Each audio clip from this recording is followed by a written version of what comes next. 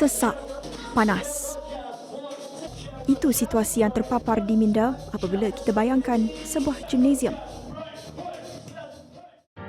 Namun, situasi itu kini berubah. Dan ini mungkin antara kesan positif sejak negara dilanda pandemik COVID-19. Masyarakat lebih peka tentang kebersihan diri dan aspek kesihatan, terutamanya dalam menjaga sistem imunisasi diri, tidak lagi boleh diabaikan. Setelah 3 bulan berada di rumah, masyarakat kini lebih menghargai aktiviti beriadah di luar rumah. Bagi mereka yang tidak dapat ke gimnasium dan kompleks sukan sejak pelaksanaan Perintah Kawalan Pergerakan PKP pada 18 Mac lalu, inilah saat yang dinanti-nantikan. Mesyuarat khas Menteri-Menteri mengenai pelaksanaan PKP telah bersetuju untuk membenarkan pembukaan semula sektor perniagaan yang berkaitan dengan sukan seperti gimnasium, dewan tertutup seperti dewan badminton, kompleks sukan pelbagai, pusat snooker dan pusat-pusat sukan lain bermula pada 15 hari bulan Jun 2020. Namun, dengan SOP ketat yang ditetapkan oleh kerajaan di pusat-pusat sukan, adakah kelaziman baharu ini dilihat terlalu melecehkan? Adakah komuniti aktif akan kurang berminat untuk pergi ke gimnasium? Apatah lagi dengan norma-norma baharu seperti workout di rumah atau mengikuti latihan secara maya? Ini adalah perjalanan yang perlu ditempuhi industri kecergasan dalam norma baharu. Setelah lebih 3 bulan ditutup, Muscle Up, sebuah pusat gimnasium di Ceras, Ibu Negara, akhirnya dibuka semula. Sebagai neighborhood gym, komuniti setempat di kawasan itu bergantung kepada Muscle Up untuk peralatannya serta perkhidmatan kejurulatihan. Kata pengasasnya, Ray Liao Kok Wah, beliau cukup teruja apabila kerajaan membenarkan gimnasium dan kompleks sukan buka semula sewaktu PKP pemulihan. Yes, we are excited to open back. Somehow because we are closing down 3 months and zero income for the gym. So we are very excited to open back. Bukan sahaja periuk nasinya kembali pulih sejak Muscle Up dibuka semula, tetapi Ray pastinya turut gembira kerana akhirnya dapat lepas gian selepas 3 bulan menempuh tempoh yang amat mencabar daripada sudut mental. It's very painful. We have to pay the renter, we have to pay the salary of staff.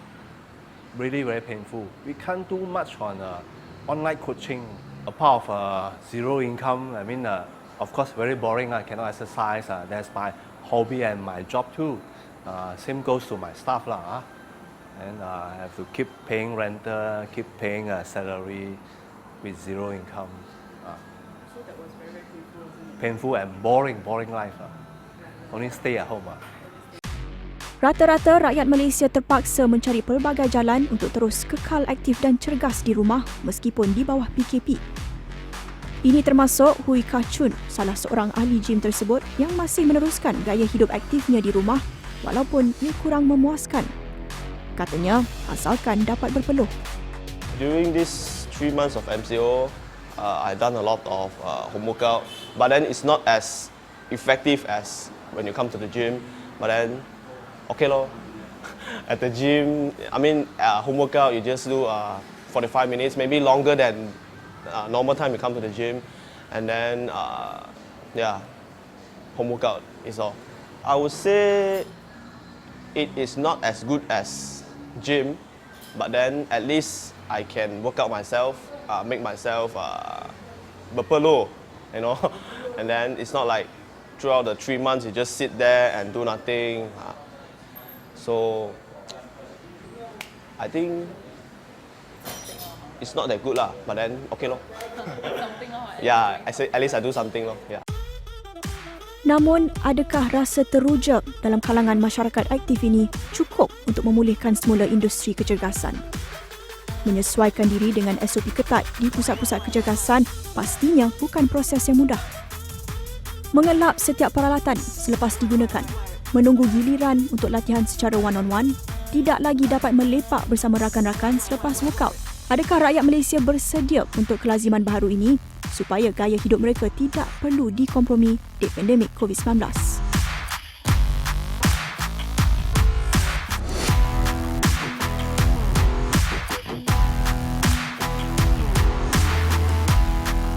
Bagi Tiffany Yao, pengasas pusat yoga The Flow Studio di Bangsar, menyesuaikan diri kepada SOP normal baharu, mengambil masa dan memerlukan kesabaran. I think since our MCO, I think we managed to reopen as a fitness studio. So for us, we had to first understand the government SOPs.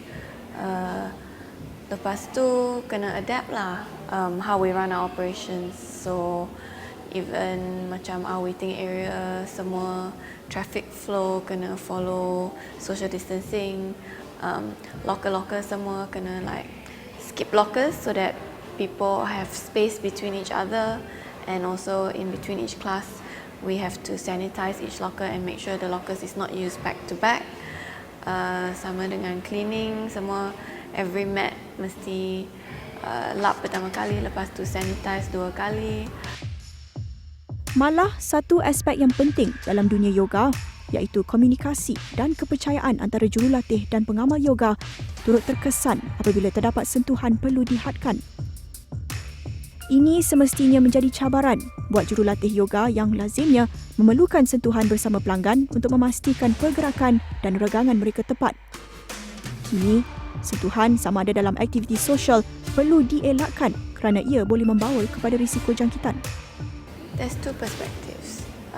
From an instructor perspective, sebab yoga dan Pilates is a very personal practice kan. So before MCO, like our instructors, they will jalan-jalan dalam kelas, go up to you, talk to you, adjust you sikit, like especially if you have injuries or then adjust your form, make sure you're doing it properly.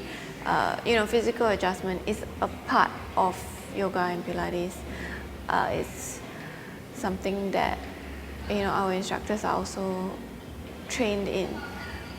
Tapi dengan social distancing, the instructor is stuck to your mat.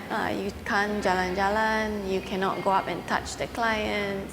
So in a way, it reduces the intimacy between the client and the instructor. So we have to find other ways to make our clients feel like they are known and they are seen and they are heard. So as instructors, as a team, we got to make sure everyone's name you kena ingat lah, so that during class, even though you are jauh from them, you boleh panggil dia like Jane, stand up straight, or Mary, make sure you are doing this, so that at least they know, we are still looking at you. There is still personal attention being provided, even though we can't come close to you. Namun, kata salah seorang jurulatih, Aaron Chow, menyesuaikan diri dengan limitasi itu tidak menjadi halangan untuk dia menjalankan tugas. Sekarang ni kita memang tak buat physical adjustment, kita tak sentuh klien-klien kita. So kita memang bagi just cues, verbal cues. Lepas tu cara kita mengajar memang tak berubah langsung. So bagi kita sebagai pelatih yoga, jurulatih, kita rasa okey untuk balik kerja. Sebab kita tak rasa perlu buat extra something, or perlu ubah cara kita mengajar. Bagi sesetengah pihak, larangan yang ditetapkan bagi mengekang penularan COVID-19 tidak menjadi limitasi, tetapi sebaliknya adalah hikmah untuk kebaikan komuniti aktif. Itu pandangan Derek Yap Zian, salah seorang ahli muscle up yang lebih gemar dengan suasana gimnasium yang lebih bersih. I'm okay with all of them. Like I agree with the need for the SOP. Like I said, like if you want to be able to work out in without worrying about it, you have to adhere to the SOPs. So I feel like the SOPs are it's like I really do agree with it. So like I don't find it troublesome. It's just a scan and write your name, your temperature. It's not much of not that big of a deal in my opinion.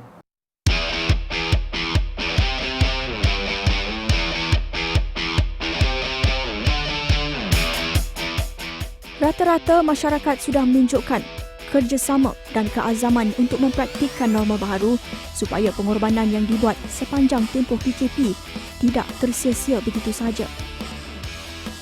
Namun, sekiranya vaksin masih gagal dihasilkan dalam masa setahun 2 tahun akan datang, adakah industri kecergasan mampu bertahan?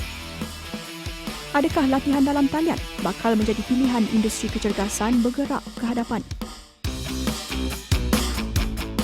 Selepas ini, kami menelusuri cabaran yang bakal ditempuhi industri ini yang mungkin perlu mengubah keseluruhan suasana gimnasium dan pusat sukan jika COVID-19 kekal selamanya dalam masyarakat. Cerita norma baharu kembali selepas ini.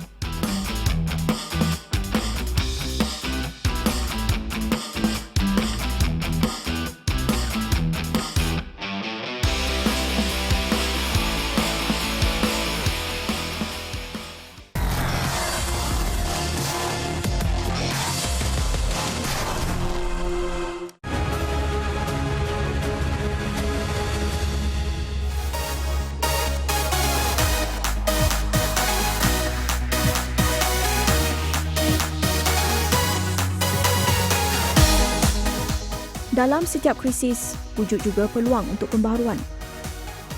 Ada perubahan yang dilihat menjadi kebaikan, tetapi ada juga yang dilihat sebagai cabaran. Bagi industri kecergasan, gimnasium dan pusat-pusat sukan kini bukan hanya menjadi tempat beriadah. Malah dalam konteks sekarang, ia turut menjadi ruang untuk berinteraksi dalam kalangan komuniti aktif yang berkongsi minat dan objektif yang sama menjalankan gaya hidup yang sihat. Ekoran pelaksanaan SOP ketat di setiap premis perniagaan dalam fasa pemulihan, ia bakal mengubah suasana pusat kecergasan buat jangka masa panjang. Kini, tiada lagi yang melepak setelah selesai workout. Suasana pun lebih lengang. Mungkin ada yang sukakan pembaharuan ini. Namun bagi pengusaha pusat kecergasan, ia dijangka akan menjejaskan persekitaran serta minat pelanggan mereka. Tiffany Yao, pengasas pusat yoga The Flow Studio, mengambil pendirian tegas untuk mendidik pelanggannya supaya tidak lagi melepak di ruang lobi sebelum dan selepas kelas walaupun ia agak mencabar. Ramai yang menanti-nantikan pertemuan semula bersama sahabat lain dalam komuniti setelah 3 bulan tak berjumpa. Sebab our space is very comfortable. A lot of clients, they like to come here and hang out with their friends, sit down and talk to their friends before class, after class. So kena lah educate clients. We have a no chill policy sekarang. So is you come for class, you do your class, lepas tu you have to leave. Sebab we don't want them to linger too long.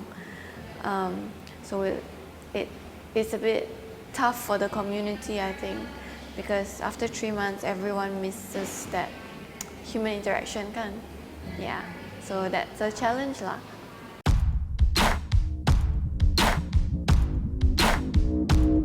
Situasinya sama di Tribe Boxing Studio, sebuah pusat sukan tinju di Mont Kiara yang juga terpaksa mengenakan had terhadap aktiviti sosial. Pengasas bersama dan pengajar kecergasan Tribe, Christian Oliver Lee, bagaimanapun berpandangan bahawa ini perlu demi keselamatan pelanggan. It's really getting people used to it. You know, they're so used to a different normal before MCO, and they were comfortable. You know, they kind of did whatever they want when they come in here. I think a lot of people find it very homey here. So we've had to be a lot stricter in our rules. And so far, a lot of our customers, thankfully, have been very adaptable to what we've done. And we really appreciate that because it was not easy making a lot of these rules. But most important is the safety of everyone. And we want to do the best we can where we can still run the business and also give them a fitness workout, but also not endanger everyone else. Aspek sosial di pusat kecergasan cukup penting buat komuniti aktif ini. Malah buat setengah pihak yang workout di rumah ketika tempoh PKP, mereka menghubungi rakan-rakan menerusi panggilan video untuk mendapat motivasi dan sokongan. Kini, apabila aspek sosial itu hampir dihapuskan di pusat kecergasan, persekitaran terutamanya interaksi dalam kalangan ahlinya semestinya berubah.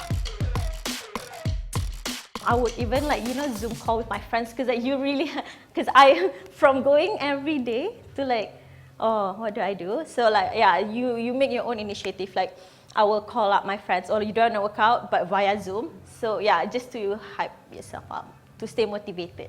So the one that is very leceh is like, you come here because you want to see your workout buddies, right? But then like social distancing, you have to social distance yourself. So like there's no high five, there's no like, oh hi. So yeah, it's a bit tough to do that in the gym. Yeah, but other than that, I think so far, yeah, that's all for now. The socializing part in the gym. Tetapi Tiffany yakin komuniti pengamal yoga akan terus memberi sokongan kepada perusahaannya seperti mana mereka telah memberi sokongan sepanjang PKP.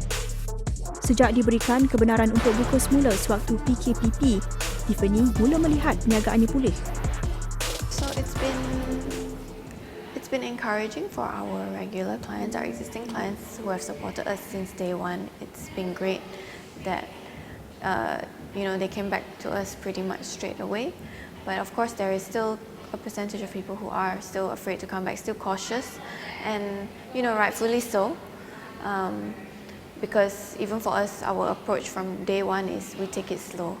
We janganlah buka schedule semua like macam biasa kan. Kind of like slowly and build people's confidence, and we also want to keep our clients safe and our staff safe. So we've been seeing a pickup in attendance, but slowly.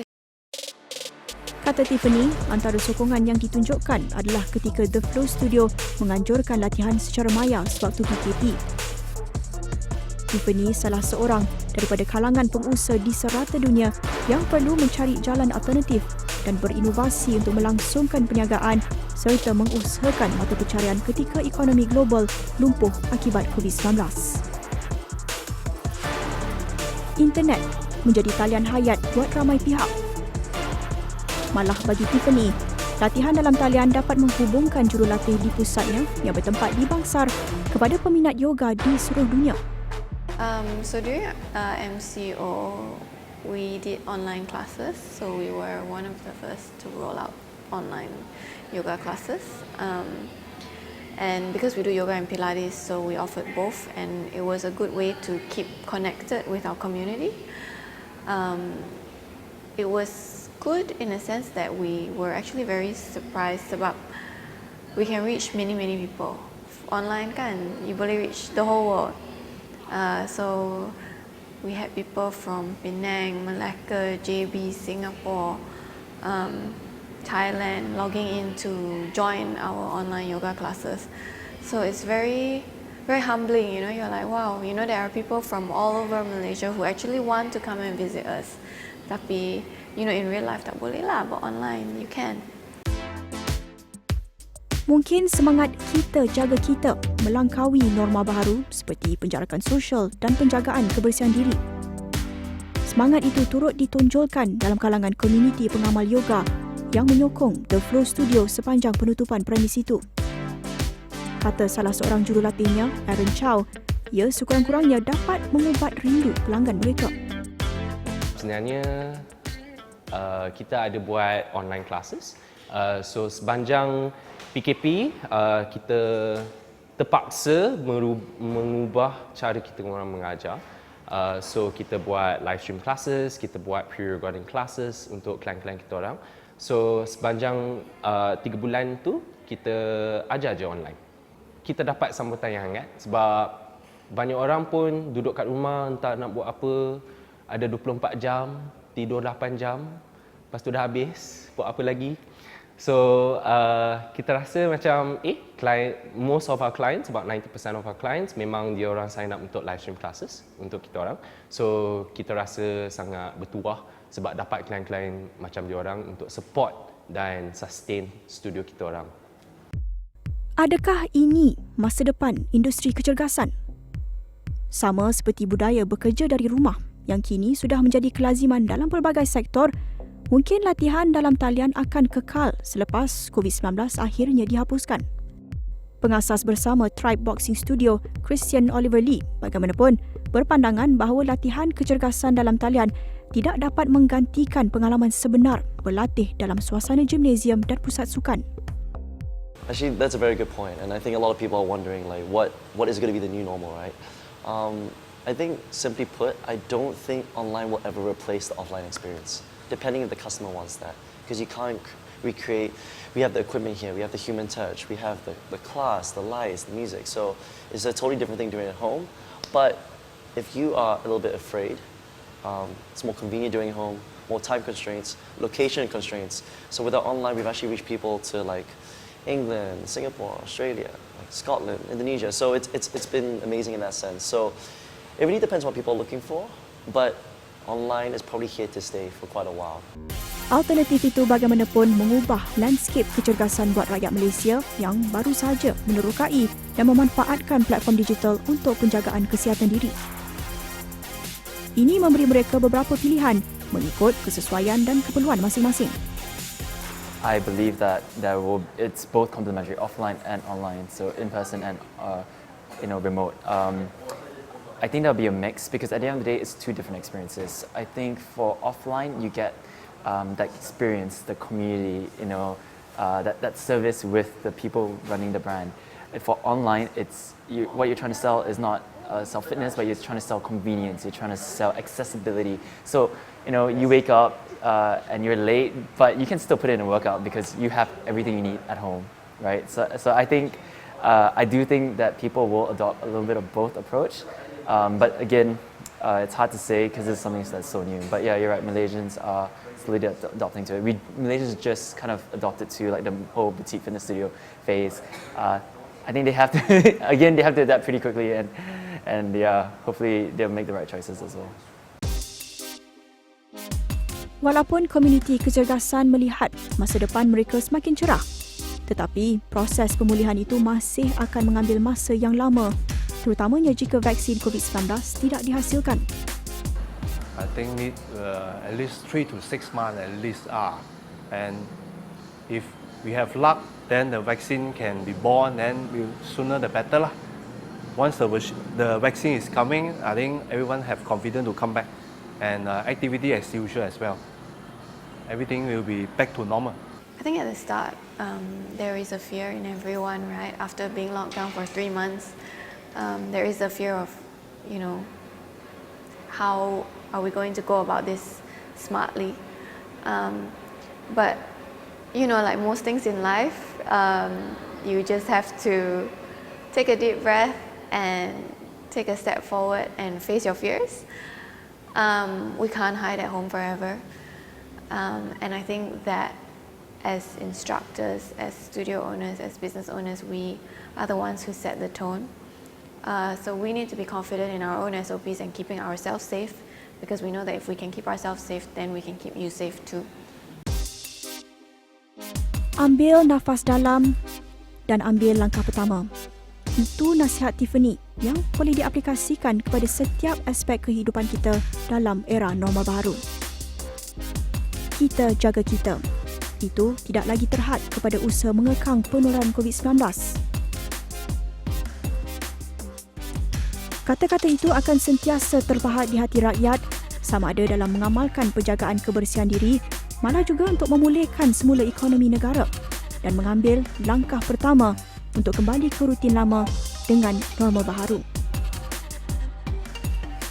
Apa yang dipelajari oleh komuniti kecergasan pasca kemuncak krisis ini adalah sokongan antara satu sama lain dan keazaman untuk terus mengusahakan minat mereka mampu menggerakkan sesebuah komuniti untuk sama-sama bangkit daripada keperitan yang ditempuh bersama.